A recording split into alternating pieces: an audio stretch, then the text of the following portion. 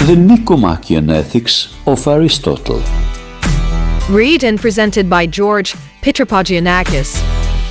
Book 2, Chapter 1. Well, human excellence is of two kinds, intellectual and moral. Now, the intellectual springs originally and is increased subsequently from teaching, for the most part that is, and needs therefore experience and time, whereas the moral comes from custom, and so the Greek term denoting it is but a slight deflection from the term denoting custom in that language. From this fact, it is plain that not one of the moral virtues comes to be in us merely by nature, because of such things as exist by nature. None can be changed by custom. A stone, for instance, by nature, gravitating downwards, could never by custom be brought to ascend. Not even if one were to try and accustom it by throwing it up 10,000 times. Nor could fire again be brought to descend, nor in fact could anything whose nature is in one way be brought by custom to be in another. The virtues then come to be in us neither by nature nor in despite of nature, but we are furnished by nature with a capacity for receiving the mu, and are perfected in them through custom.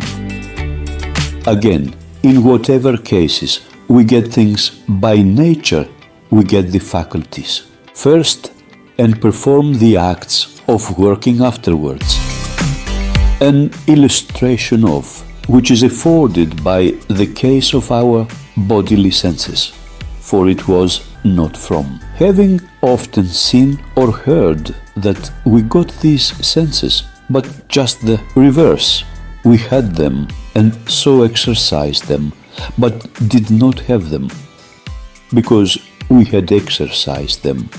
But the virtues we get by first performing single acts of working, which again is the case of other things, as the arts, for instance, for what we have to make when we have learned how, this we learn how to make by making.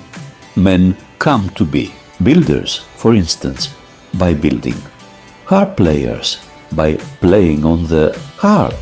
Exactly so, by doing just actions. We come to be just by doing the actions of self-mastery. We come to be perfected in self-mastery, and by doing brave actions brave.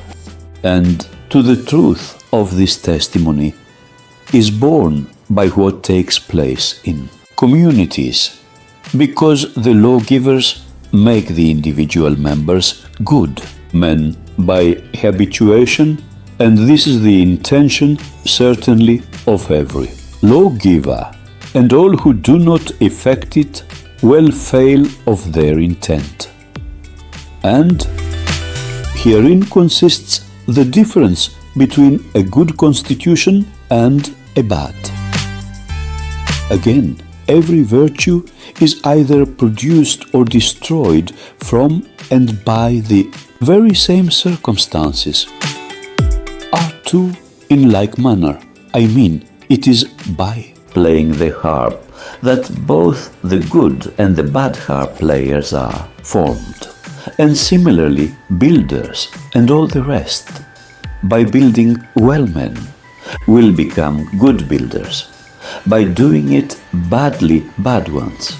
In fact, if this had not been so, there would have been no need of instructors, but all men would have been at once good or bad in their several arts without them. So too, then, is it with the virtues, for by acting in the various relations in which we are thrown with our fellow men, we come to be some just, some unjust, and by acting in dangerous positions and being habituated to feel fear or confidence, we come to be some brave, others cowards. Similarly, is it also with respect to the occasions of lust and anger.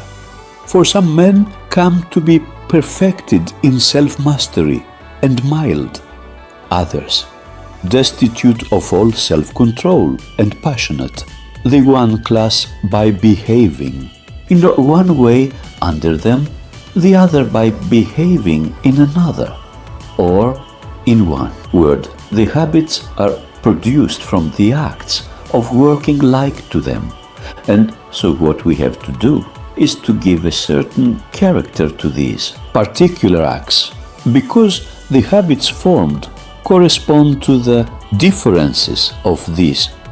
So, then, whether we are accustomed this way or that straight from childhood makes not a small but an important difference. Or rather, I would say it makes all the difference.